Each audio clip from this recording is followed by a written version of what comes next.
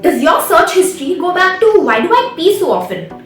Have you faced itching or burning sensations down there and passed them off as normal? Chances are you are ignoring a very common infection called UTI. Let's take you through it. UTI stands for Urinary Tract Infections. It's an infection in the urinary system that happens when bacteria, especially Escherichia coli, enters the urinary tract and travels into the bladder and potentially even the kidneys. Anytime bacteria has the opportunity to come into contact with your vagina, it can travel up the urethra and cause this infection.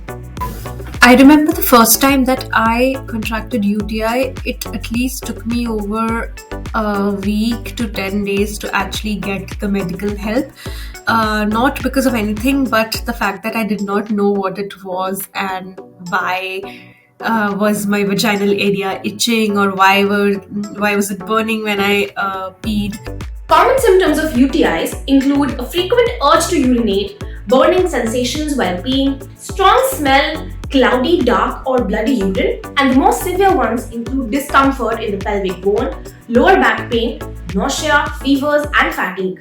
While this is a very common infection amongst women and people with the UTI, the taboo around discussing intimate health has led to a lot of misconceptions around it. Myth number 1.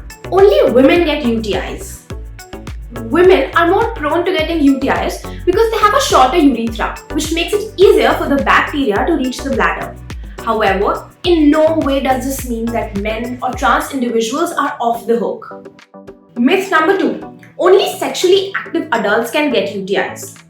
While sex is one of the major triggers for women and NB folks to develop UTIs, it is not the only cause.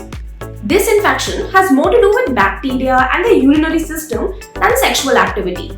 So anything that brings the bacteria in contact with the vulva or urethra can cause a UTI. Dirty toilets, public urinaries, soiled lingerie, touching the genitals with unwashed hands, and in some cases, even toilet water backsplashes. Myth number 3. UTIs go away on its own. Untreated UTIs can lead the bacteria to spread from the bladder to the kidneys, eventually causing more severe kidney infections. So it is advisable to consult a doctor at signs of discomfort.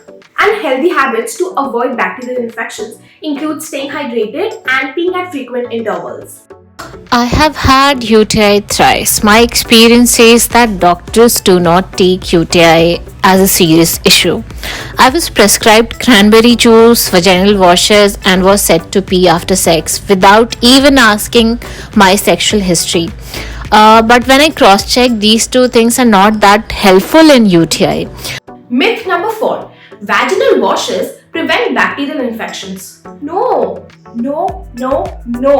Vaginas are self-cleaning. They do not need any fragrances or lotions to keep them in proper hygiene. Chemical or cosmetic products can actually kill the good bacteria and disbalance pH levels. So from now on, scents, no thanks. Just washing with water or a mild soap is enough. Myth number 5. UTIs are caused by poor hygiene.